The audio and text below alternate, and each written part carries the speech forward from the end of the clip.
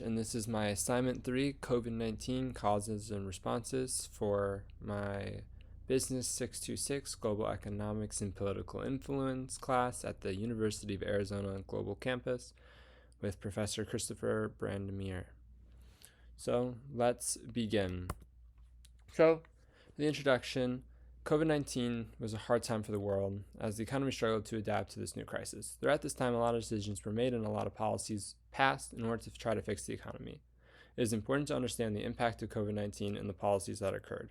It's also important to understand how the structure changed the economy, and it is also helpful to compare the difference between the US and other countries. Throughout a careful analysis, it should be possible to be able to get a good understanding of what needs to happen in the event of another crisis, if it unfortunately happens.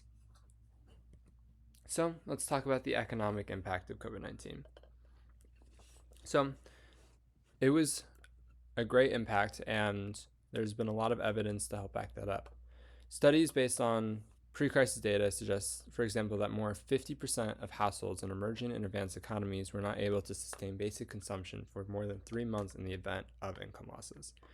That is an absolutely crazy statistic that 50% of people in the world were not able to continue living for more than 3 months because, as everyone's familiar, the pandemic lasted for at least a year. Depends on when you count the ending, but for sure at least 1 year. So having to struggle for 9 months is truly a crazy experience. And this didn't just affect workers, it affected small businesses, where the average business can cover fewer than 55 days of expenses with cash reserves. So since everyone was locked at home and places like restaurants or required online traffic weren't making money, they struggled immensely. And after 2 months, a lot of them were bankrupt and could not afford to live anymore. And according to the survey data, in 2020, temporary employment was higher in 70% of all countries for workers who had completed only a primary education. So those essential workers, like those who worked in restaurants or supermarkets, were really struggling because, unfortunately, they didn't have jobs because nobody could come to stores in person. So let's talk about some acts that passed while COVID happened. The first one is the Coronavirus Aid, Relief, and Economic Security Act. So this act contained numerous provisions to help provide workers, families, and businesses, including unemployment insurance benefits and loan guarantee programs. It also contains provisions that severely assisted distressed sectors of the economy. This was really crucial, as we talked about earlier. So many people were drastically affected so early into the pandemic. So this act helped those people survive and push through. So it was very important that this happened. And it did 3 primary things. The first one was removing the primarily serving natural persons reference under the Federal Credit Unions Act definition of liquidity needs. So a natural person is a human being, and we have a legal person, which is like a company. So this helped companies and corporates and everything get on their feet and help businesses, not just people, which is important because small businesses are truly the backbone of America. What also happened is that the Federal Credit Unions Act CLF membership provision was amended to provide greater flexibility to corporate credit unions, serving as agent members with respect to the amount they must pay to subscribe to the capital stock of the CLF. So this was just helping out the credit unions, making sure it went all easier for them to help out the people in the long run. And the third thing it did was amend the provision regarding member applications for extensions of credit by removing the NCUA board. Since a lot of people were needing credit and needing loans in order to survive, it made this a lot easier for people to get this. So overall, this was a very important act and truly benefited America during this time. For the American Rescue Plan Act is the second act I think is important, and this one was basically an act dedicated to returning America back to form. So one thing, it supported the nation's public transportation systems as they continue to respond to the COVID-19 pandemic and support the president's call to vaccinate the U.S. population. So this was a push to get things back to normal. By opening the public transport systems, it allowed people to get where they needed to go, like take the subway to get to a store or get to work, and it allowed people to get vaccinated so concerts can happen again, people can go back into the office. Important things like that.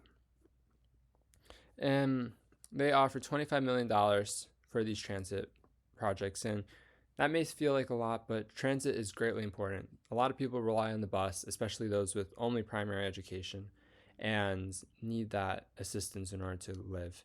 So it greatly helped people who didn't have cars and could bring back the normalcy of life before COVID. So how did the crisis change US culture? We've talked about this a little bit already, but it's just how drastically people's lives were affected and how much jobs were affected. We lost 1.4 million jobs in March of 2020 and a staggering 20.5 million jobs in April, which created a 22 million job deficit in 2 months since the start of the recession and largely erased the gains from a decade of job growth. A decade of job growth is crazy that was all erased in 2 months because of this pandemic. It was definitely demoralizing. A lot of people were depressed and their entire lives were in crisis and they were scared.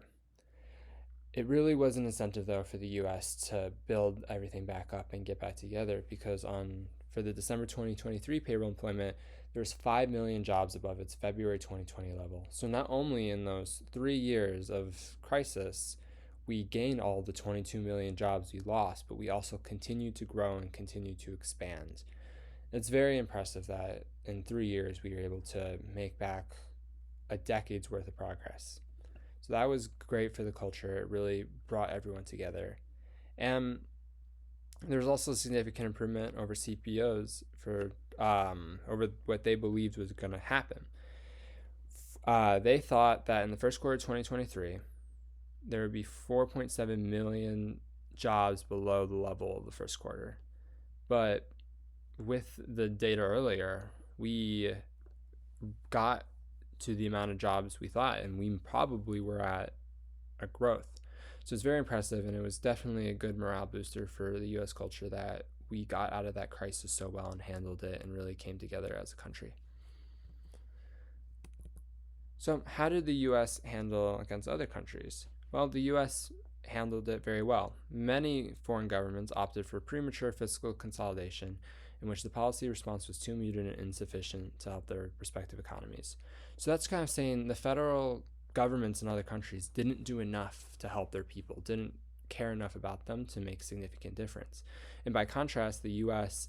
did a lot more generous support, more relief bills in both parties, which is always interesting to hear, helped the U.S. people back. So the U.S. invested in its people, invested its infrastructure a lot more, which severely benefited us and made us be so successful and above all the other countries that are still struggling to this day. So my recommendation for Mr. Forbes would be, let's provide plenty of economic support. We already proved through this presentation that the acts and the money given to people severely helped, and it was really beneficial. We need to provide that support, and we need to invest in people in the job market, create jobs, try to get things open again and return to normal as soon as possible. If that means getting transportation back online, getting people vaccinated, returning to life as we knew it before the pandemic is really good for morale booster. And the sooner we can do that and the sooner we can invest in that, the sooner that the country will be in a healthier spot. So we also need to find an economic activity article to talk about just kind of what happened. And this kind of connects back to the major thing that I felt during COVID, and I'm sure what a lot of other people felt was just kind of the job loss, where in the private sector, we told 20.9 million, and that was 16.2%, in relatively low paying service provider industries such as leisure and hospitality and retail and trade. That was fresh out of high school for me, so I knew a lot of people who suffered from that greatly and really felt the effects of that. So it's always crazy to hear the economics and how much people struggled and how drastic of a change it was in just such a short amount of time. But it's similar to what we've talked about earlier. It did get better, in the weekly earnings in February, they grew from 2020 to 2024. It was only an increase of 0.9%, but if you look about how much it dipped between those 4 years, it's significant to even increase in the amount of time, considering that Europe still has not regained where it was before then. And they keep both growing. Like, it grew during the pandemic period, and it grew less then, but it still kept growing, which is more than other countries did.